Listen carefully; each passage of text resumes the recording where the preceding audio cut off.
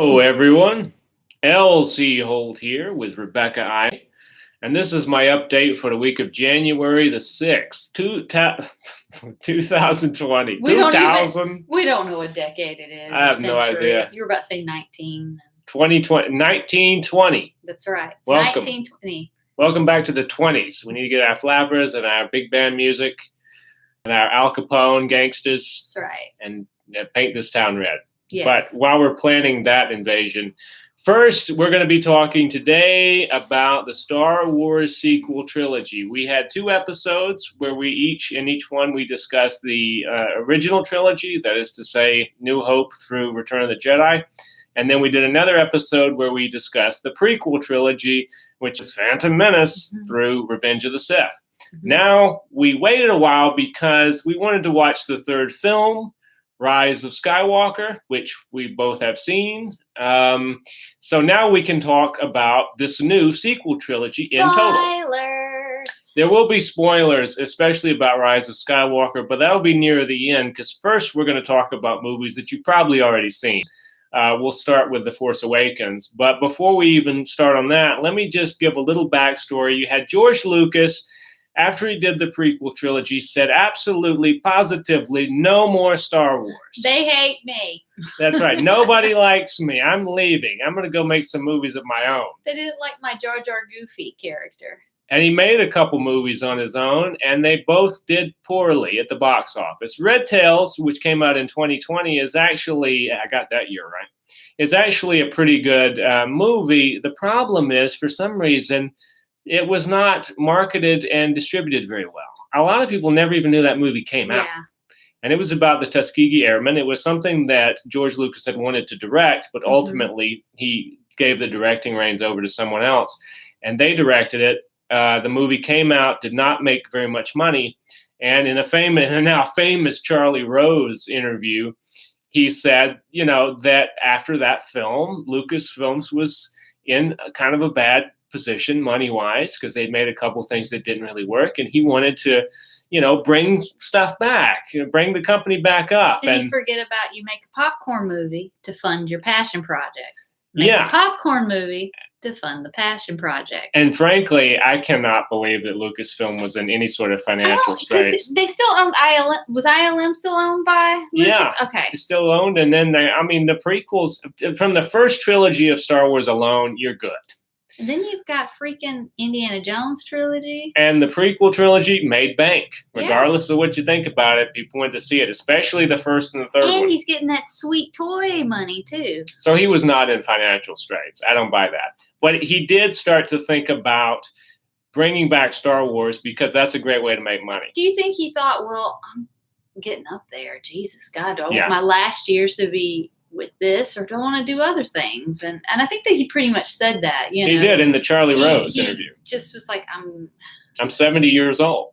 Yeah, and maybe he thought I probably won't even live to the end of it. Yeah, well, he said to do these films correctly, that is to say, a sequel trilogy, you'd have to take 10 years out of your life. And he would be 80. And at the age of 70, he wasn't willing to devote 10 years of his life. I can understand that. I can understand. I am surprised that he sold it all, considering he has kids. You would think that he would, unless they just are at zero interest, but maybe try to keep it. Or well, his son Jet said that his father was very torn and about selling the Lucasfilm and all its properties in October of 2012 to Disney. But torn or not, he did it. Because it's also the same kind. Disney now is the type of studio system that Lucas so desperately fought against and wanted his independence from, and wanted the Star Wars exist in spite of that system, because he knew that he would be able to make the films that filmmakers want to make, because there's a studio system there always thwarting and meddling the Hollywood meddlers of CEOs.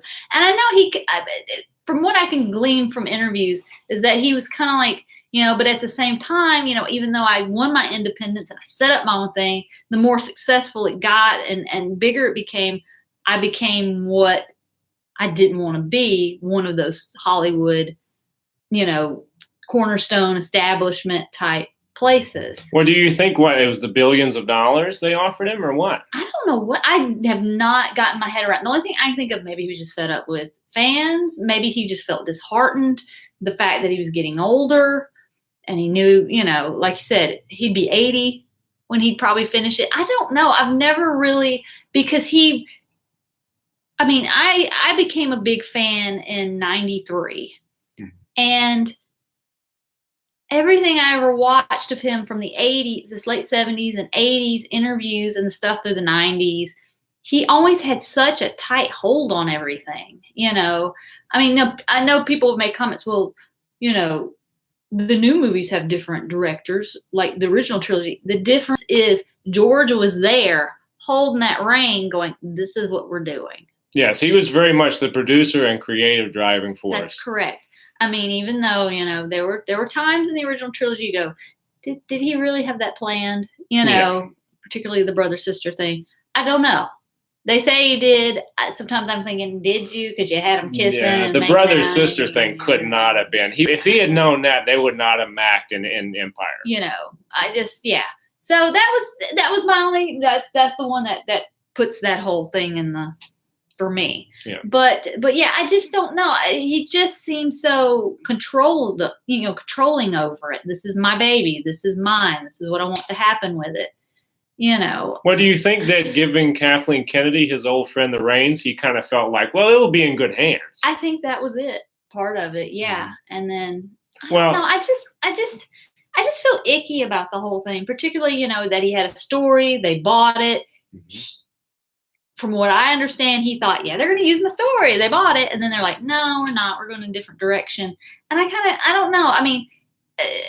If whatever problems you had with the prequels, and I've got a list of problems that I've had with the prequels had a storyline, because like I said, he controlled it. If there were issues, big issues that hurt the movies overall, I felt. But at the same time, it's his story. Mm-hmm. It's one thing when an author dies and people want to finish the story. The author's still there. He's going, I've got the story. And people are going, well, you've pissed everyone off. Nobody likes you anymore. So we're going to do this and be popular. Mm-hmm. I don't know if that was really what they thought, but it's the way it kind of came off to me. And I just felt icky because I kind of felt, George Lucas got more money than God, but still at the same time, knowing you're still an artist and you want to do something. Mm-hmm. And they're just kind of like, you get what I'm saying? I do get what you're saying. These stories that were a story for an entire new trilogy. And when it was sold to Disney, that was all scrapped. Yes. And they brought on their own writer to work on what would be episode 7. They brought on a guy named Michael Arnott, who wrote the first script. And this was before there was a director involved or anything like that. And this is what Michael Arnott said. He said that in George Lucas's treatment, you had Luke there pretty much from the beginning. Michael Arnott said that when he wrote his script, halfway through his first script, Luke Skywalker came onto the scene. Disney wanted a new generation of characters, but when Michael Arnott said was that when he came onto the scene halfway through his script, Luke took over the film, and you were just like, you forgot about these other characters. And the problem they said with that was they wanted to have the first film introduce these new characters. And the way you do it is you have your legacy characters first, because fans, we want to see them together again. Which you never did. You never got that. You never had at least one flipping scene where all three of them are together. They're talking about fan service now. Mm-hmm. Well, that would have been fan service. First of all, you say, hey, the guys are back. And so we're all like, yay, we get to see them all together. Never do we get to see them together again. And it just, that was disappointing for me. Well, but I feel like maybe if they had started with the legacy characters and then slowly introduced throughout the first movie the new characters, but it's still legacy heavy. Second movie, and then by third movie, they've passed the torch. Yes. Well, the Michael Arnott thing, his script didn't really get made because they didn't. Basically, what they did is Steven Spielberg, when they were looking for directors, recommended J.J. Abrams, who he had just worked with on that movie Super 8, and they were friends. And, Spielberg has always kind of like found someone and sort of helped their career along. Yeah. So he was quick to push for J.J. Abrams, and Disney was like, okay, cool. J.J. had done, at this point, the Mission Impossible 3, he did Super 8. He was kind of, he made his bones, and he did Star Trek, the reboot of that, 2 of those. And so instead of continuing on with Star Trek, J.J. Abrams jumped on over to Star Wars. And as soon as he came on board, basically the Michael Arndt script kind of got thrown out because apparently Arndt was working on it for 8 months. And he got to a point where he was like, guys, I need 18 more months to work on this. And they were like, nah, because we want this shit to come out in 2015. 5 years ago. What's the rush? Now. I mean, it had been 40 years. Well, they just decided that they wanted to move it forward. So JJ and Lawrence Kasdan got together. Lawrence Kasdan, right? Which, when I had heard that, I got excited. I said, oh, Lawrence Kasdan's back. And what took Michael Arndt 8 months to write, they did in 6 weeks. They had a draft. Basically, Lawrence Kasdan and J.J. Abrams walked around the beach there in California and discussed the plot, and they wrote a script. And boom, you got a script. And, basically the rules that Disney set up was this would be a completely new thing. When there was no idea of ever doing 7, 8, or 9, there were a lot of extended universe novels and comics and things. No longer canon. And that's what one of Disney's things was that's not going to be a part of it anymore. These are going to be all new stories. But what Abrams really pushed for was returning to the roots, because he thought that the prequels were too far from what the original films were. And so he wanted to return back to what he thought the fans would like. But the thing is you don't want to see the exact same thing over. Mm-hmm. I mean, the prequels were different. And I've discussed this before. My issue with the prequels was, the lines were kind of clunky, terrible. Clunky lines. And if the movie's about Anakin, you can't have, I'm sorry, those 2 guys, bless you. I don't know if it was the material or what it was, but you weren't very strong Anakins. And you need somebody that you're with. It's what we did. What I said on the prequel show was that George couldn't cast an Anakin to save his life. No. And he really couldn't. I mean, for the whole thing to be about Anakin, and you get like 2 of the weakest actors in Hollywood, Jake Lloyd and Hayden Christensen, to play that character. I mean, I can give Jake Lloyd a pass because he was a young boy. Yeah. But, Hayden Christensen was not a young boy, and he was awful. And he also wasn't, I don't think he was in a position, because you always hear stories, Harrison going, George, we're changing this line. Yeah. And he could get away with it. The other ones couldn't. Yeah. But he could get away with it. I think he probably needed someone like a Harrison. Well, that's true. And I don't want to get, because we've already done the prequel trilogy on another show. So we'll keep to the sequel trilogy, because we got a lot to talk about these 3 movies. But yes, there were issues. So anyway, basically what Abrams and Lawrence Kasdan came up with were 3 new characters. Rey, who was a scavenger girl on a planet called Jakku. Finn, who was once a stormtrooper, because they're not clones anymore, and he rebels against. He sees the injustice of what the First Order is doing. Which, by the way, the First Order, for the 2 of you who don't know, is like the new version of the baddies. The new version of the Empire, even though it's not an empire. Which Finn's story is kind of lifted. I mean, I had a top trading card where Han Solo was an Imperial and he saved the Wookiee and went. He was basically, and then they did the Solo movie, which is basically sort of like that. But anyway, and then they had this character. The main bad guy was going to be a character named Snoke, who you only see briefly in The Force Awakens. Spoilers: the episode 7 was called The Force Awakens. But he was completely CGI, played by Andy Serkis, who plays every other CGI motion capture character out there, including Caesar from the Planet of the Apes movies and Gollum from Lord of the Rings. And then you had sort of his, because there are always 2, never more, never less. That's right. Because Snoke had his apprentice, and that apprentice was this guy named Kylo Ren, who was cast with a fellow named Adam Driver. Rey was to be played by Daisy Ridley, who was a relative newcomer, and then John Boyega was cast as Finn, who was the guy we were talking about, the former stormtrooper. Mm-hmm. They had a very famous and much publicized first table read which was done April 29th of 2014. And you remember when that picture came out? You had all of them. Harrison Ford, because by the way, they're bringing back the oldies. Which I knew when they said Harrison Ford's on board. I'm like, either Callista Flockhart done spent all his money, or he's finally getting his way and they're killing him. Yep. I told my brother that when they announced it. And sure enough, you were right on both accounts, because he did this for money and he wanted to be dead. Oh, he didn't want to be dead, but Han Solo. But anyway, so this table read, I remember when that came out, you saw all the new actors and all the older actors together with J.J. Abrams. George Lucas was suspiciously absent. By this point, George had given up on this whole thing because they threw all his shit out the window and they were like, we're going our own way. Now, you mentioned before there are a lot of similarities in The Force Awakens to A New Hope. Yes. You have the scavenger girl, who is basically kind of like the lone boy on Tatooine, which was Luke Skywalker. She's you have the droid that has something that needs to get to somebody else, which is what BB-8 was, who was like the new R2. There's no C-3PO kind of character. You just got BB-8. You have the cunning rogue. Where's that Finn? Is Finn the C-3PO? He could be, I guess. And then you got the cunning rogue, which is Poe, which, by the way, is probably my favorite of the new characters. I've said that, too. Out of the three, I really liked him in Force Awakens. And I didn't mention him when I was talking about the characters, but he was a former spice runner who is now turned kind of to the Resistance. A la Han Solo did the same thing. Right. And so he's like the Han Solo. He's played by Oscar Isaac. He's very good, very charismatic guy. Yes, Max he's the most charismatic of all of them. Well, yeah, I mean, you can the newbies, not the old folks. Yeah. I mean, he is a very good actor. He has a good way about him. I buy him as a cunning rogue. That's right.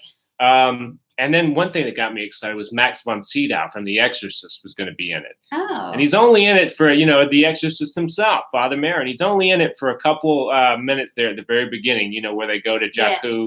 Yes. Poe and BB-8 get from him this map, which is he was really good in it. Unfortunately, I didn't really care. I don't know. I wish he had been in more. I know. The Kylo Ren thing was kind of... Because that's when you're introduced to Kylo Ren. He comes down, and you're also introduced to Finn as well, because at that point, Finn doesn't have a name. Phasma, and also the Knights of Ren, which is like Kylo Ren's band of henchmen. Yeah. I don't know. I guess he trained them or something. They just look kind of cool, and so people like them. And then they disappeared for a while, but don't worry, they came back. Now, we were talking about Harrison did it for money. He also got a very good paycheck, probably even above his own, because he broke his ankle. They closed the door on his ankle. He was coming through a door, and I guess whoever was working the hydraulics of the door closed the door and broke his ankle. And probably was fired that same day. Oh, I'm sure. After Harrison Ford got his hands on him and strangled him, they threw him off the set. And I'm sure they paid Harrison bank for having his ankle broken. Yeah. And so he had to kind of hobble around. And we were talking about this before. There is the famous death scene of Han Solo. And some part of me wonders, did he die on that catwalk because they just couldn't write anything better with his broken ankle? Or they were just like, Harrison, just hobble out onto this catwalk. Because they telegraphed that death. You can see it coming from a mile away.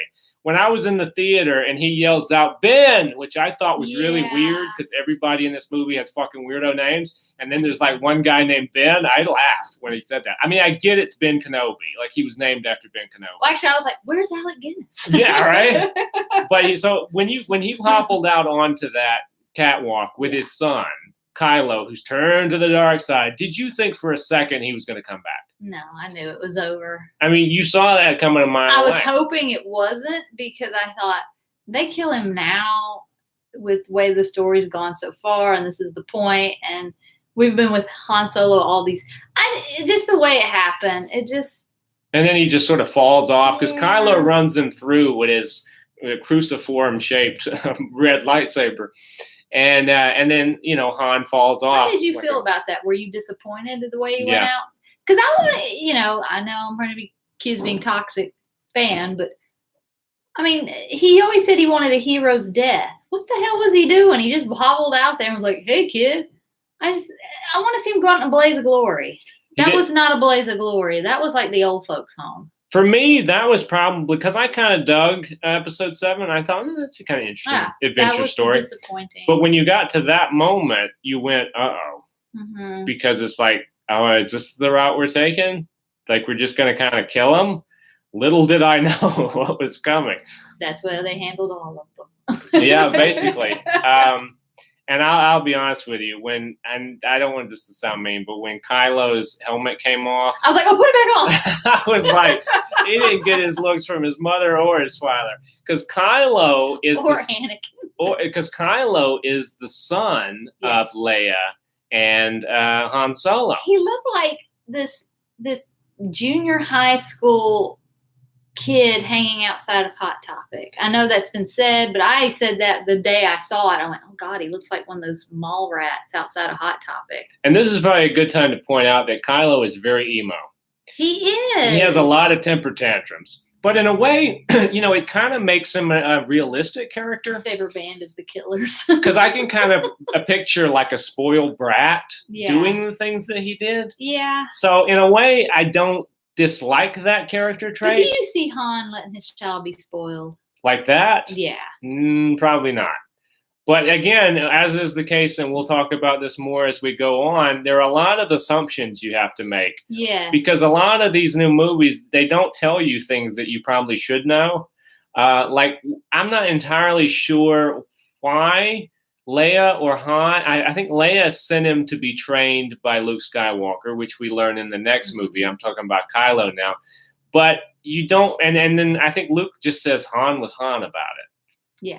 So what does that mean? Like, and why would he be Han about it? I mean, he's already seen that the Force exists. Right, and he admits it. He says it in The Force Awakens. It's all true. And it's not like, he's the same Han from A New Hope, where he's skeptical, saying it's a hokey religion. Mm-hmm. So I don't know. I didn't really understand what that meant. He was just kind of flipped like, whatever, yeah. What was this thing you were telling me about C-3PO's red arm? The reason you heard? Oh, I had heard a rumor. The reason why his arm was red, and also the Falcon had a rectangular dish, was that if certain characters or ships, vehicles, they had to be a certain percentage not what they were in the original trilogy. So they wouldn't have to pay Lucas, I don't know, as much or at all. I don't really know how that worked. This was just something I had seen on a YouTube video over the summer, and they were just saying that because Lucas owned what they call the legacy characters and all of that stuff, the ships and all that, that when they use those things, Disney has to pay him. And Lucas. Has to pay George Lucas some monies. But if they were all their characters, their ships, their robots, he doesn't get a cut of that. Because the red arm thing was really strange because it's just there and it's not explained, and it may be explained in some book or comic book or something. But like I was telling you before with the Star Wars stuff, I don't read that stuff.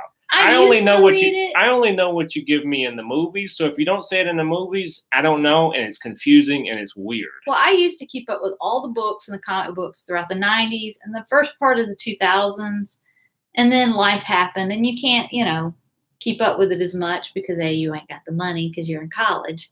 But then also when they announced, all that stuff, all those years I kept up with it, all that money I spent on it. Oh, it doesn't count anymore. I don't want to buy a comic book anymore. I don't know. I'm just kind of like, whatever. I got other things.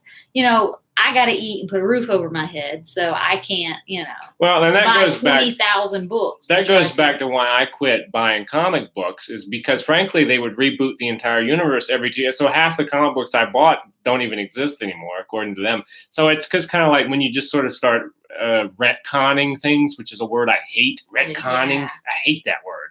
Always hated it when I first heard it. I don't know. That was one of those things that popped up in some article somewhere and people just ran with it because that's not a real word. Retconning, please.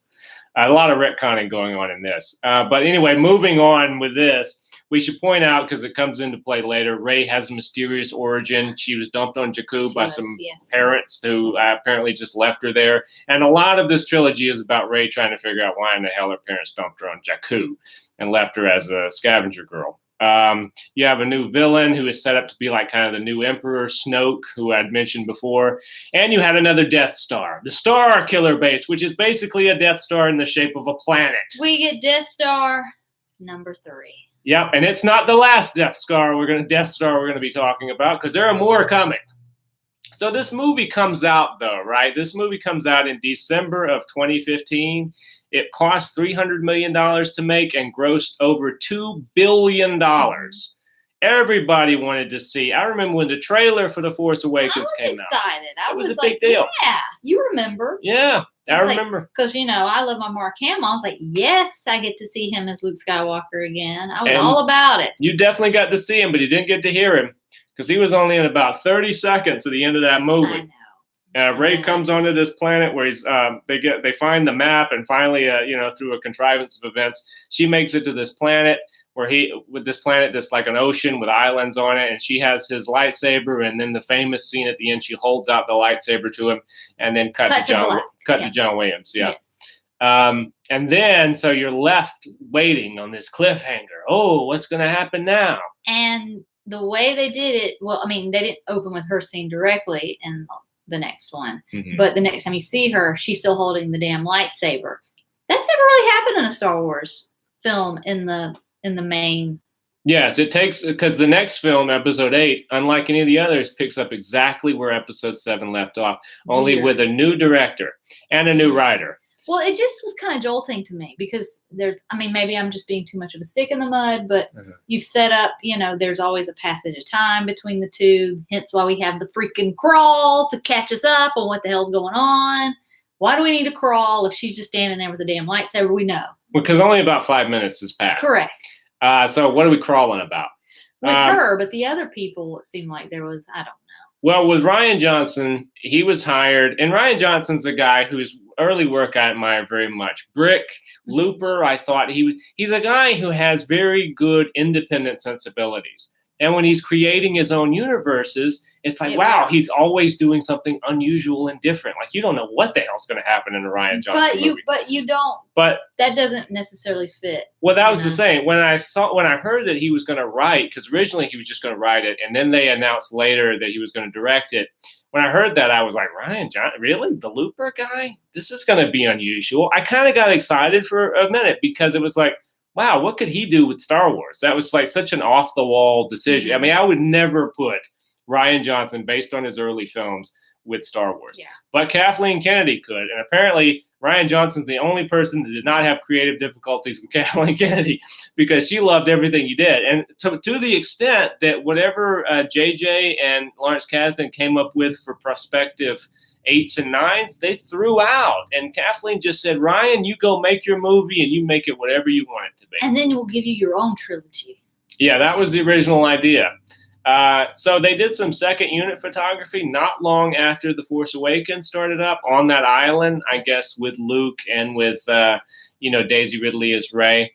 And then they started production like in earnest around February of I think, 2015. Mark Hamill was going to be a bigger role this time. He was actually going to speak, but maybe he spoke a little bit too much before the movie came out because he was very adamant that when he read Rian Johnson's script, he didn't really see Luke Skywalker being the mopey Luke that is portrayed. Rotten attitude Luke. He's like, a Jedi would never quit. And one of the things Luke Skywalker says is it's time for the Jedi to end. It's time to quit. And Mark Hamill was like, what are you talking about, right? Yeah. So you had that, and that is where we lead into some of the derisive sort of fan discussions about Last Jedi. Some people love it. Some people hate it. It's hard to find people who are in between about The Last Jedi. Yeah. You usually either really like it or you really don't like it.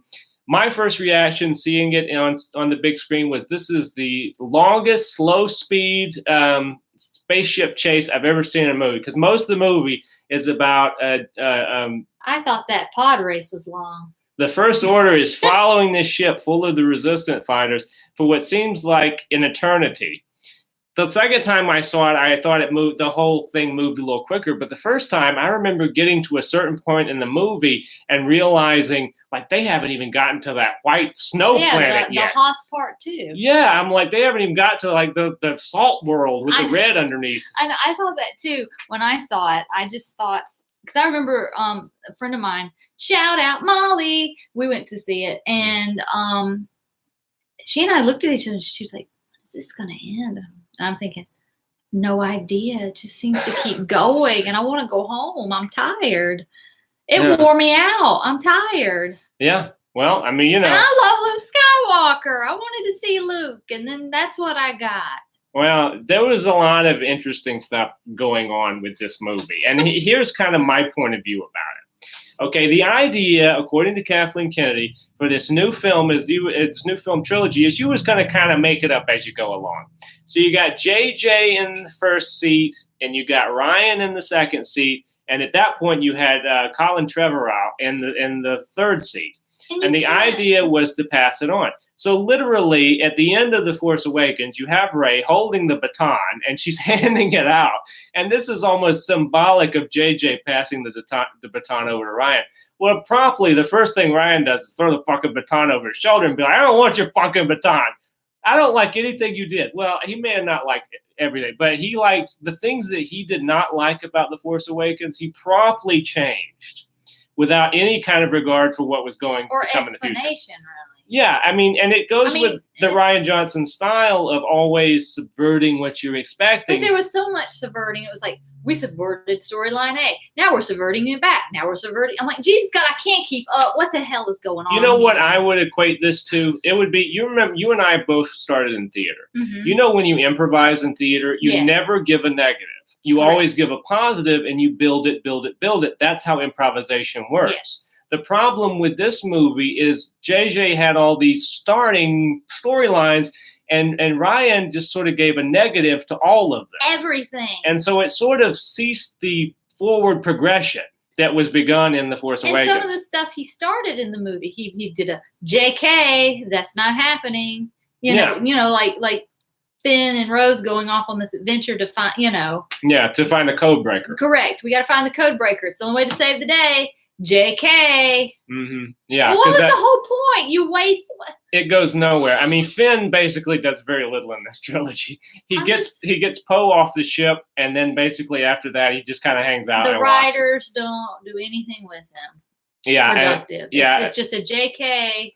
There's a lot of JK with Finn. That's who I said, right, Finn? Yes. Poe is actually a great character because Poe, and finally in this one, he comes out a little bit. So Poe gets to do stuff in The Last Jedi. And even old Pink Girl, she's doing a lot of JK. She's Which like, one?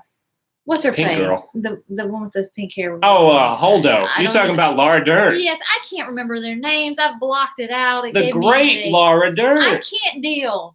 From Blue Velvet. Elsie, I can't deal. I know. I just can't deal with this movie. Yeah, Holdo. Yes, Holdo. Holdo. What kind of damn name is that? It's like we took Lando, but we're going to put Hold in it. Yeah. Anyways, she's like supposed to be like the bad. Okay, we got to go get the code breaker because we got to overthrow her. Yes. And Carrie Fisher's daughter's like, yeah, Poe, let's do this. Billy Lords. And then they're like, yeah, we're gonna take her down. We're gonna mutiny and save the day. JK, she had a secret plan the whole time. I'm just like, but if you have exhausted. If you have a secret plan, you might want to whisper it to at least the people in charge. Like Poe is a command. Well, he was a captain and he got demoted. But the only one that knew was Holdo. I can't say that name. And Carrie Fisher, who's in a coma because she flew across space after an explosion. Now let's not get ahead of ourselves here. Deal. Because we're going to talk about that for just a second. Okay. Because I know this one really gets lights your fire. There's a certain point in the movie when I laughed. My sister laughed. Kylo is flying. Let me build it up. Okay. Kylo is flying in this spaceship, and he's thinking about murdering the other parent. All right, but he can't do it because there's this like a dissolve between their faces, and she's sending him messages like, "Boy, you better not." And then these other people shoot her instead, and she gets sucked out into space, and all the other leaders of the resistance in the ship get sucked out into space. So basically, what were those twins that murdered their parents in the 90s? He's those twins wrapped up in one. The Menendez brothers. Yes, I can't remember any. He's trying to murder his parents like the Menendez brothers. He's a cosmic Menendez brother. But anyway, she gets sucked out into space, and you see her, and you go, Leia's dying. Leia's dead. They had to kill her off because she died in real life. Okay, this is how they're going to handle it. Okay. I was shocked. I was like, she died in real life, which, by the way, she did a year before this movie opened. So But I remember thinking when I saw her get blown out into space by those two random people, I was like, that's kind of a sucky death for Leia. But then again, Han got a sucky death, so I bought it. These movies are all about, throwing away our legacy characters. But then what happened? So, okay, let me preface this story. When I was a kid, I had a candy dispenser, and it was a Statue of Liberty candies dispenser, but it didn't have the pedestal. It was just you turned it over where her feet was, and that's where the candy came out. And it's just like this. It just looked like they painted my Statue of Liberty candy dispenser to look like Leia and just slid her across the screen. Because she flies. She flies like Superman, but very stiffly. Kind of like Mary Poppins. Mary Poppins. That's what everyone kind of said. Because she's wearing a dress, sort of a dressy looking thing, and she kind of has her hand out. And she's in space, and how long has she been out there? And she's like crystallized with ice, and she's kind of like, let me go across this. And then she goes, she's like, do. I guess we're supposed to cheer at that moment. Like, yeah, look at Leia fly. She took care of this. But listen, honestly, I laughed. My friend Molly laughed. My sister, who is a diehard Star Wars fan, and she loves Disney, she laughed and went, "Oh my God, what the hell just happened?" When Leia flew, you're telling me you did not cheer? I did not. I thought, "What the hell?" I moaned. Right. I went, "Oh my God." Well, she didn't die. It that's just for looked sure. ridiculous. Those that love it, let's agree to disagree. I don't understand it. You go with God and the animals and flying Leia. I'm going to stay over here and just be like, I can't buy into that. I mean, I know it's a space fantasy. There's suspension of disbelief, but I mean, there comes a point where you're just going, that's not how space works. Well, we talked about Leia. Let's get into probably even the more controversial part of this whole thing, which is Luke Skywalker. The portrayal of Luke Skywalker, as I said earlier, Mark Hamill did not agree with. I'm with Mark. What happens basically is personal friends. Ray comes onto this island, Octu, and he's living there as kind of. It sounds like a damn sneeze. It sounds like something stuck in your throat. And he's living there, this sort of monastic life. Yes. And we discover that the reason he didn't want to be found, even though he left a map to be found, was because he had trained Kylo. Kylo went bad because Snoke got his hooks into him, and so now but they don't really explain how or why. No, not at all. And then and because of that, Luke has given up all hope of the Jedi and what they once represented. He thinks they're more trouble than they were worth. And he just has a bad attitude and drinks green milk out of a tea. He's very mopey, and he's very angry, and he's almost as emo as Kylo. And the little creatures on the little ones, the and then also you had the little, what are those things? The ones that were the keepers of the monastery. Those look kind of like the Jim Henson things. They did, but those were very Disney comedy. It just was very kind of slapsticky. I was like, okay, well, the original trilogy wasn't me. There were moments, I understand, we had freaking Ewoks. But, I mean, overall, though, it wasn't slapsticky. It wasn't like we're watching a Disney cartoon with a fart joke. I'll be honest, I didn't mind the porgs. I thought the porgs were kind of funny. Especially you liked when Chewbacca was eating. I did. And when he roared at it and it went, ooh, and shot straight up, I thought that was cute. I'm sorry, I thought it was fucking cute. Well, okay, I laughed. The porgs didn't bother me that much. It was those other little things, which I was just, when the rock hits their thing and they're like, huh? Yeah, because they don't like Rey. Yeah, I just was like, come on now. You can have them. I'm fine with them, but quit putting them in these situations where comical, slapsticky, physical comedy mayhem happens. They're just as crotchety as Luke is. They are. They're all bitchy on that planet. And so something about Octu, I think. Maybe it's that giant dark hole that goes down into that little thing where you're not supposed to go. Because Rey goes down there. Luke says, you went to the darkness first. And Rey is like, what? What do you mean? And then we kind of build into what we'll reveal later, I guess, even though they didn't know what it was going to be. Well, so did Luke. What did he do when he went in that cave on Dagobah? Well, that's a good point. What did he do? What did he do? And Yoda's over there going, mm-hmm. He was the Yoda, basically, to her Luke. Yes.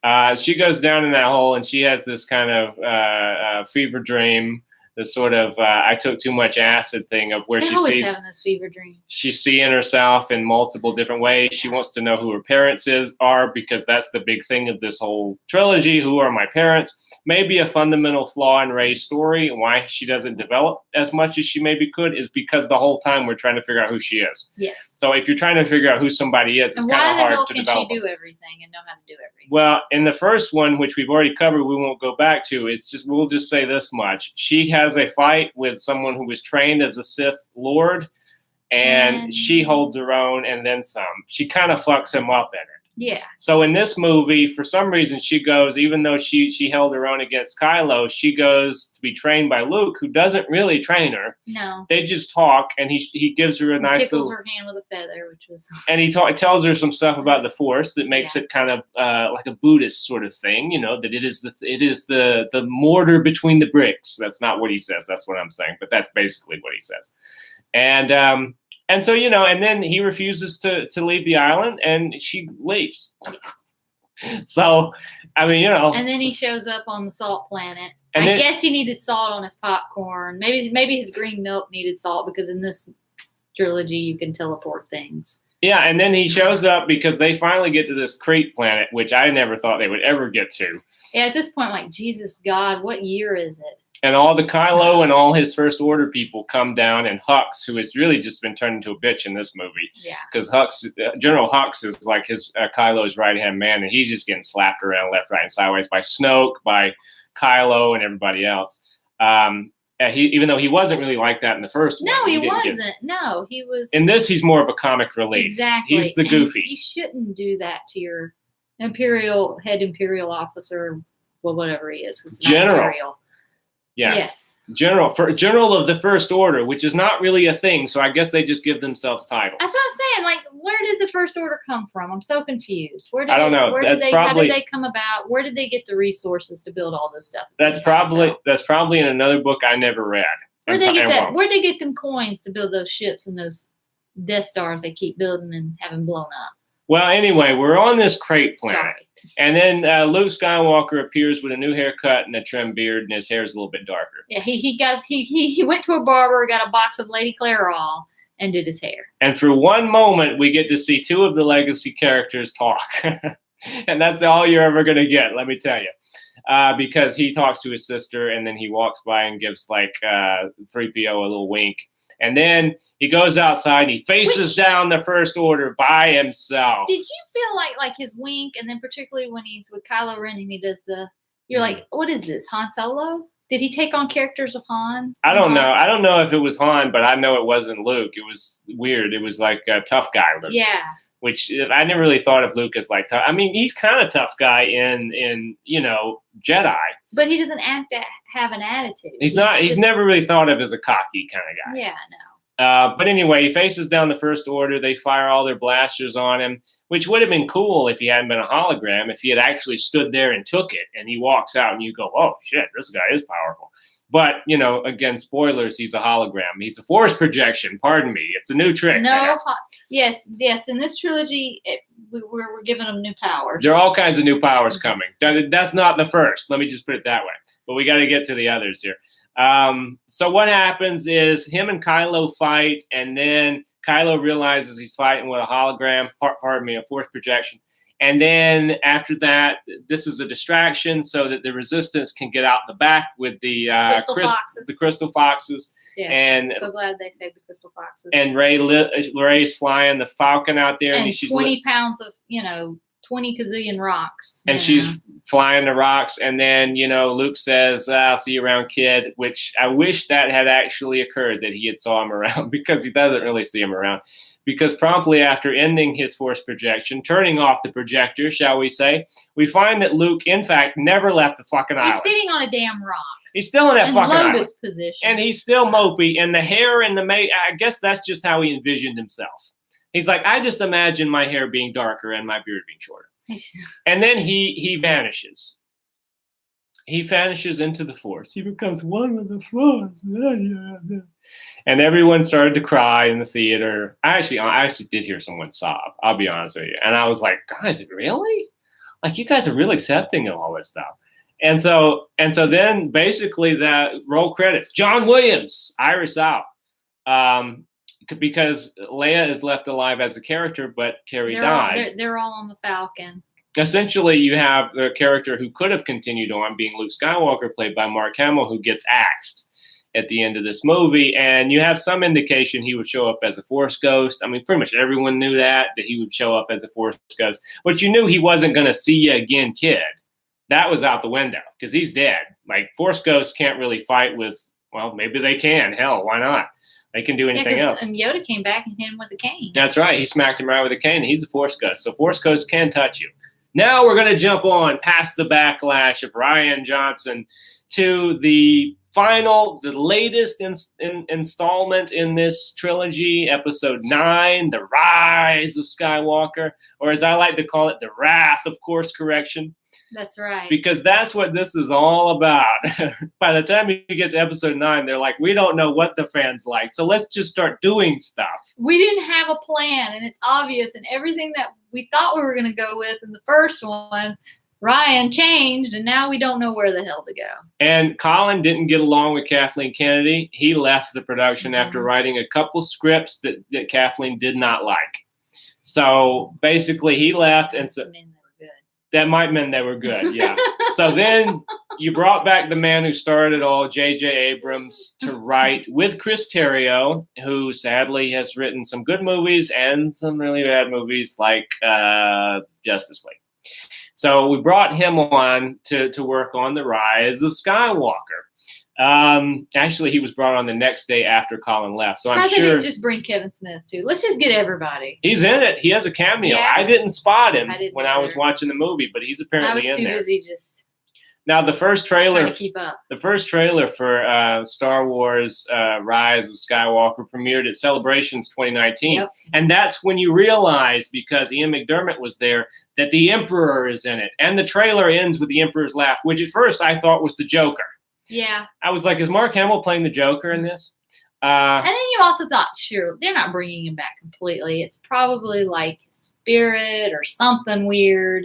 Well, let me just say right now, if you haven't seen The Rise of Skywalker, because it's relatively new, this is where the spoilers are going to start, because we're going to jump into this thing.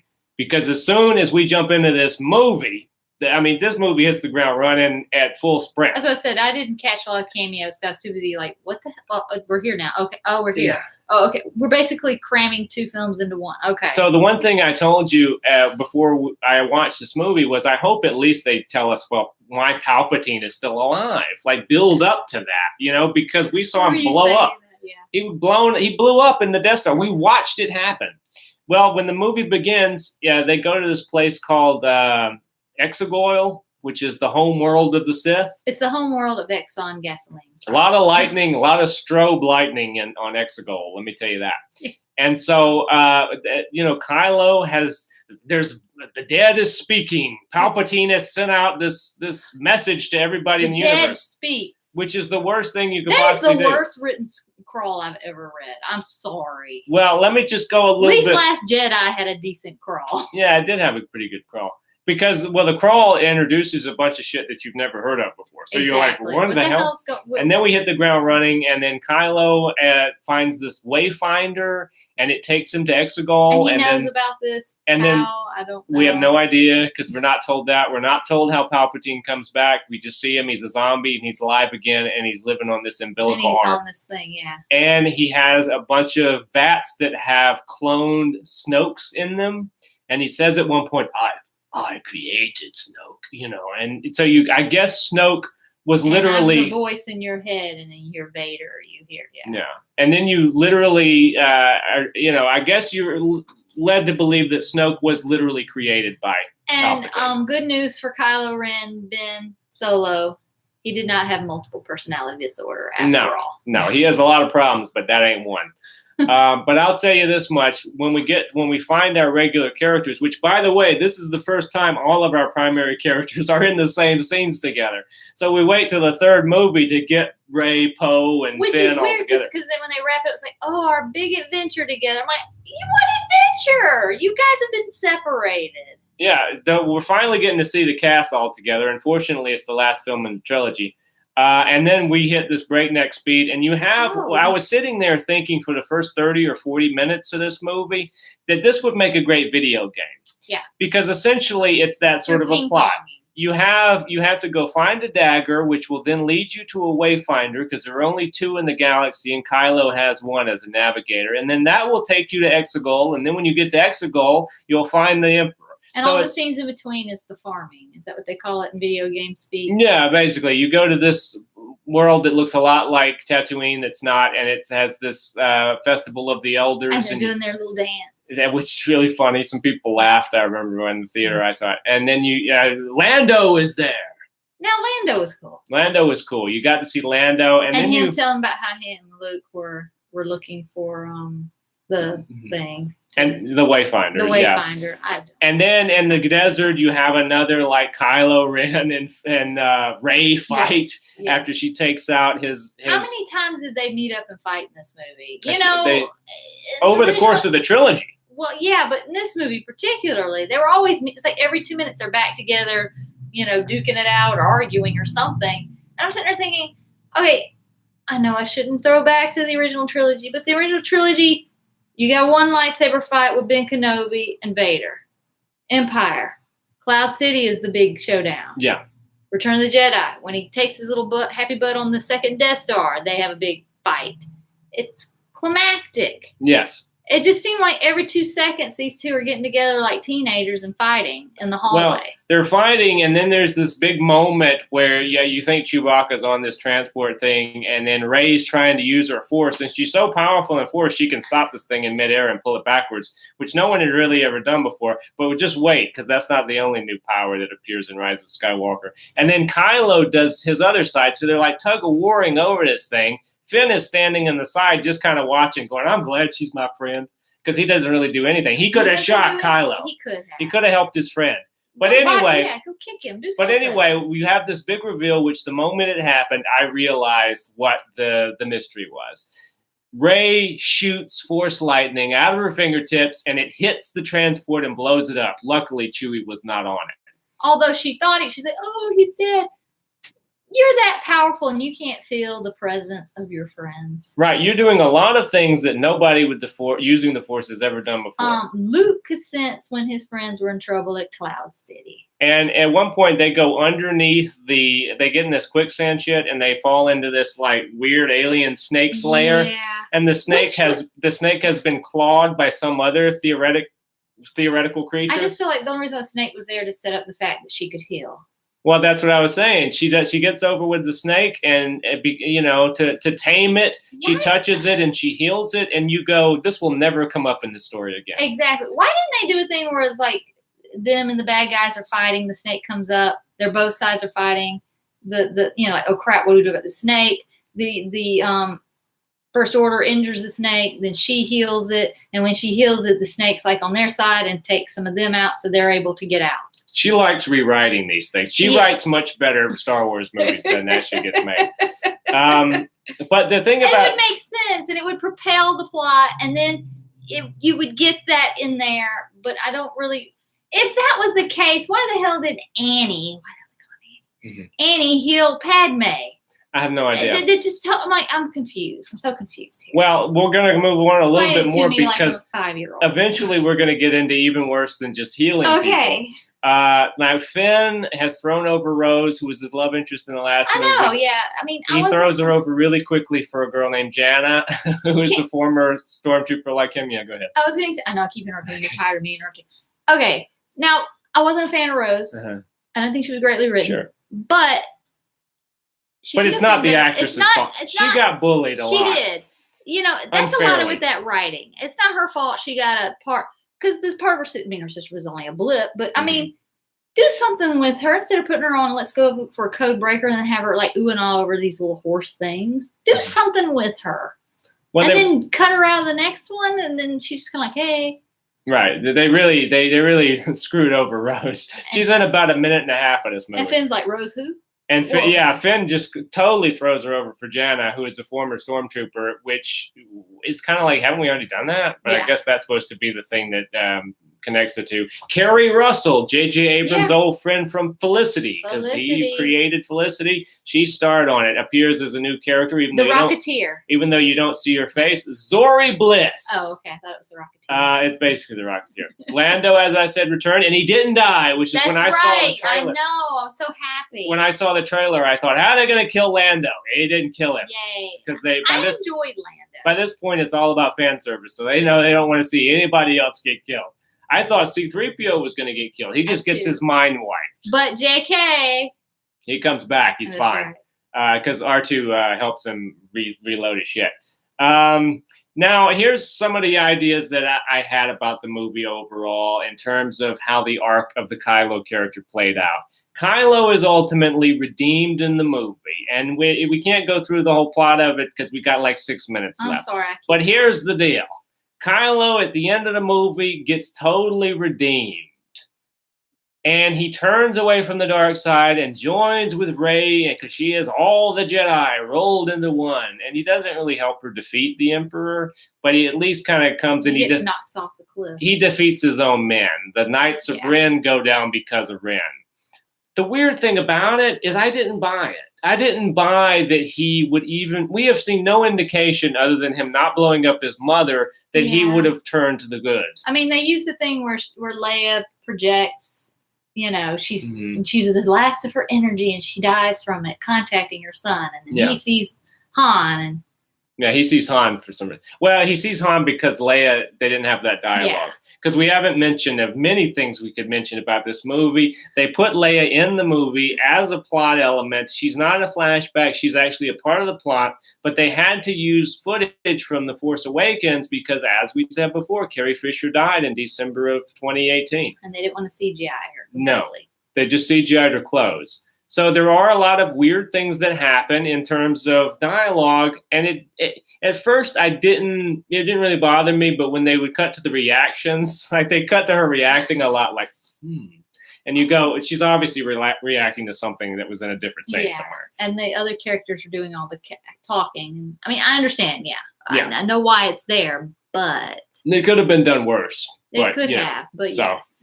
But there is this big fight at the end where Rey has all of the Jedi combined because we have a lot of voice cameos in this. Ewan McGregor, Liam Neeson, Hayden Christensen, Frank Oz, of course, is Yoda, Mark Hamill. They all come back for voice cameos because she calls upon them to help her in this moment when she's fighting the Emperor, who's not really the Emperor anymore because he's just Palpatine because there's no Empire. Yeah. Did you hear that they filmed all of them there or had you could see the ghosts? I kind of hope that you could have seen them, honestly. I had heard that that was the plan, but JJ didn't get it. The voices, I didn't know who was saying who. Like I recognized Hayden Christensen and Samuel L. Jackson and Yoda and Mark Hamill, but some of the other ones were just kind of lost. And I think also they were from animated things that I'm not familiar with, and like video games and stuff. Yeah. But honestly, I kind of wish you had seen them. Yeah. I think it would have been more of an impact. See all of these ghosties. Yeah, I think it would have been more of an impact. And you kind of have them all behind her, backing her up, and you have the one Palpatine standing there because nobody's got his back. He is all about himself. You know? Because basically by this point, Palpatine's overall plan in this is to transfer himself into his granddaughter's body, which, by the way, we haven't mentioned it. Rey is Palpatine's granddaughter. Yes. Which means that Palpatine got frisky with somebody. Who would get friends? Well, obviously, he must have manipulated someone. I didn't think he was into that. He didn't seem that sexual a person based on the other movies, but apparently he maybe had a handmaiden or something, and she gave birth to an illegitimate child, and this child had Rey. Maybe it was his, to keep up appearances wife when he was a politician, to make him look like a family man as he was slowly taking over the old republic. It was another one of those things we just have to assume. Yes. Because we don't know. But there are a lot of questions like that in the movie that it just seemed weird. And there were a lot of moments in here where it was almost like, you know how I said the passing of the torch and Ryan was thumbing his nose at JJ, and people say they weren't. But, I mean, Ryan did kind of change a lot of shit JJ set forth. And then what's funny in this movie is there are things that you go, it takes you out of it a little bit because it's a little breaking of the fourth wall where JJ is obviously responding back. Yeah. One of them is when he goes to the island, Act 2, and for 5 minutes, Rey goes back to Act 2 for some reason. And it's not really developed very well. But basically, she goes back to talk to Luke Skywalker's ghost. And although ghosts can appear anywhere. And she throws Luke's lightsaber, and he catches it, and he makes the remark about, you never disrespect a lightsaber, which is obviously JJ telling Ryan, I didn't like that shit where you had him throw over his shoulder. And then later on in that very same... With you, JJ, I'm with you. And then in that very same scene, JJ literally basically writes Luke Skywalker to say, oh yeah, and in the last movie when I was all mopey, sorry I was being such a jerk, but I was wrong. So he negates Ryan's whole approach to Luke Skywalker. And in these scenes, Luke drank too much of that green milk. Luke is more like Luke Skywalker. Yeah. He's more like what you would imagine Luke Skywalker to be when he got older. Unfortunately, he only has 5 lines, but yes. No, yes, he's only in the one scene. One scene. Well, he's got his voice comes back later. And then he shows up at the very end. As another Return of the Jedi tip of the hat, because Rey goes back to after she defeats the Emperor, because obviously she defeats the Emperor. I mean, she goes back to the moisture farm on Tatooine for some reason. For some reason, it's still there. And she buries. And nobody's living there. She buries Luke and Leia's lightsabers, and then after that, this person walks up and says, "Who are you, honey?" Not really in that language, but who are you? And she looks over and she sees Luke and Leia, and they give her the seal of approval. And she says she's Rey Skywalker. She finally has a last name. Sort of like how Palpatine doesn't have a first name. Now Rey, who had no last name, has a last name. Because I saw that in a video I was watching. Palpatine rejected his first name because he thought it was given to him by weak parents. So yeah, I know some extended universe stuff, just not a lot of it. I want to say one more thing before we close out this show, and that is that Richard E. Grant appears in this film as General Pride. And when I saw Richard E. Grant in his performance in Rise of Skywalker, I was like, why wasn't he in all 3 of these? He is fantastic in this movie. He's so intimidating without even trying to be, because it's Richard E. Grant. And they throw the other guy away. Yeah, because Hux turns out to be a spy, and so Richard E. Grant just blasts him. Yeah. And I'm like, where was this guy? Yes. I wanted Pride this whole time. I was going to ask you your opinion about the scene where Kylo Ren dies and how he dies and the passing of, I guess, life back and forth. Why didn't they just pass life back and forth for the rest of their lives? It's like the kiss is like, oh. Yeah. And then it's like, oh, let me revive her. Oh, hi. Oh, here, let me revive you. Oh. Rey dies fighting the Emperor. Okay. And at an early point in the movie, she had run Kylo through. And basically, one of the reasons Kylo turns to the good side is she heals Kylo using her special new healing power, which is one of 2 new force powers we never knew existed. Another one is like this weird teleportation of objects. They can like pass shit to each other across the galaxy. Yes. Yeah, it's really weird. I've never heard of a Jedi doing that. If they could do that, why didn't Luke do this? Amazon needs this. They can have even faster delivery. Force teleportation. But anyway, and then at the end of the movie, to pay it forward, when Rey is laying dead, Kylo redeems himself and puts his hand on her little tummy there, and he gives his life. He puts his life force into her. So he trades his life for hers. They kiss. And she comes alive long enough for them to kiss. And he dies. And then he dies, and he fades away, which Qui-Gon Jinn did not do. Exactly. Okay, and another thing. Okay, in the prequels, why the hell Anakin just do that instead of turn to the dark side? And secondly, didn't they set up that your Jedis can't do that? That's right. It's unnatural. You can learn that, but not from a Jedi. Well, Jedis can do it now. They can bring people back to life. Who cares? Or are they saying because they were both, I guess she had the Emperor in him and he had turned to the dark side that they could, I don't know. I have no idea, but it still doesn't make any sense. No. Jedis aren't supposed to bring people back to life. The Palpatine is right. It is unnatural to bring someone back to life. But anyway, sorry. So this is our whole, I know this kind of flew by, but we had a lot to talk about with these sequel trilogies. And I'm sorry I kept interrupting, but I'm very passionate about it. There's all kinds of stuff we didn't get to, but we can't get to it today because we are flat out of time. I hope you enjoyed. If you want more, comment. Maybe we might do another. Yes, we might do another one. Let us rant some more. But Rebecca, yes. I want to thank you for being here. Thank you for having me. And I want to thank you guys for watching. I hope you enjoyed it. And until next week, take care of yourselves. S-